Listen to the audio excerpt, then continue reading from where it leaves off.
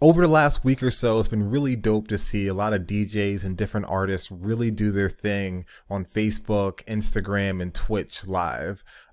We made one video already kind of explaining my general overview on how I stream and more on the hardware side. On this video, I kind of wanted to get more into the software. And the word OBS goes around a lot.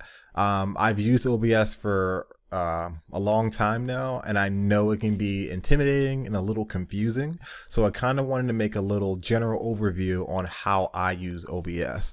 Once again, if you have any questions, feel free to hit me in the comments, DM, text, email, call, whatever. I'm here to help, but let's get into it. So first off, we're going to start with an example of my actual show. For people that haven't seen the show, this is what it looks like. And if you haven't, you should. I'm on twitch.tv/DJ Black Rabbit every night at 5 p.m. Pacific Standard Time, 8 p.m. Eastern Standard Time. While we're quarantined, I'm going every single day. So feel free to check that out. This is what it looks like. Let me pull it up. There we go. So I have the sound off for music violations, copyright, all that kind of good stuff. But we have a screen or a camera pointed at myself so you can see me and I can talk to the crowd. A camera at the turntable so you can see what I'm doing. And then we have another video screen of the actual music video of the song that's playing. Of course, some other elements too, like the vinyl in the background, my logo. This box is for people making comments. But yeah, let's get into it. Let's go over it. Before we get into the nitty gritty of OBS, let's kind of get into the nuts and bolts of it and talk about each section first. So as you can see at the bottom here, we have 4 different panels. It looks a little confusing at first, but trust me, it makes sense in the end. The first section we have here is scenes. Now, scenes are pretty much the building blocks of your show. In every scene, you can have different elements showing you different things, different angles. I'll show you an example. So this is my regular scene. Obviously, it's empty. We don't have the cameras in there and everything. But, you know, my face, the turntables, this is what it looks like when it's empty. I also have another screen that's set up for Instagram. The video screens kind of go in the middle. So it has that Instagram look right down the middle. Every scene is actually made up of multiple elements, and that's where we talk about sources. Each source is a different element in this scene. So for example, I have face cam. Face cam is where that camera would go right there. Turntables are the camera that controls the turntables right here. Chat background is this black transparent element. What else do we have? We have Elgato. That's the video screen for the music videos. And then we have, there should be a template. And now the template is actually everything that you're seeing in the background. So the Rabbit radio, the vinyl, this image here of my logo, that I made in Photoshop for this whole setup. So my next section is the audio mixer. The audio mixer pretty much holds all your different audio inputs, and you have control over the volume of each as well. So in my case, I have my Elgato, which is the video source that comes through, and we also have the audio interface and that as well. If you have more inputs, they would all show up here as well.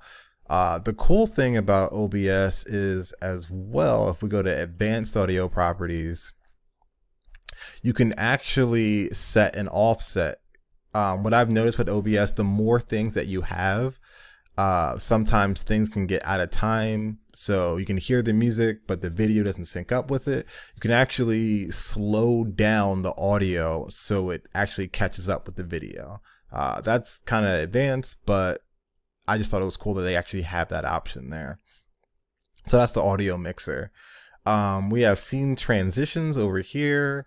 You have fade or cut, and you can change the duration of each. That's just basically you transitioning from scene to scene. I'm sorry. So if I'm at everything and I go to everything 2, we'll kind of have that fade, and we can adjust how that works. The last thing here are the controls. You start streaming, pretty self-explanatory. Start recording, which records to the hard drive of your computer. Studio mode kind of gives you a view of the screen before everyone else sees it, which is kind of nice. You can kind of make adjustments without adjusting the screen that everyone else is seeing while you're in a stream. Then you have your settings. All right, so in the first tutorial video, we talked about the importance of lighting and how if you had plenty of light, it can make even the worst camera look pretty good. And I'm going to kind of show you guys an example of that. The camera I'm using here is a Logitech C920, very cheap, inexpensive webcam. I think they're $50 new, and I bought 3 of these guys probably for like 10-15 bucks on Craigslist, so not expensive at all. So what I'm going to do is show you kind of how I set that up. I do have a ring light in front of me here that's lighting my face, but like I said before, any light will do. Incandescent bulbs, whatever you have in your house. So I'm going to make a new scene. Now, since we have the new scene, we can now go to sources, hit the plus sign for a new source, video capture device, and we're going to go to create new video capture device. We'll hit OK. And the first one that comes up is the one that we're using, which is the HD Pro webcam C920. That comes up automatically. Now, as you can see, that looks horrible. And it looks horrible because it's using all the default settings that come with the camera. And this is kind of what your Zoom camera would look like natively when you're just on a web call. The focus kind of goes in and out. The colors change depending on the sun and all that kind of stuff. We don't want any of that, and we're going to change some things. So we're going to double click on video capture device. We're going to go to configure video. Now, this little box will come up. Now, the biggest things that you want to worry about is turning everything off of auto. That's the first thing. So white balance, we're going to uncheck that, hit apply. We'll go to camera control. We're going to take focus, and we're going to take that off of auto. We're going to take exposure and put that off of auto. That's going to help things a lot just by doing that. Now, kind of things that I like to do, I like to bring the exposure back a little bit to 5. Actually, might bump it up, see how it looks today. I might bring the contrast a little up. And actually, let's bring that exposure down.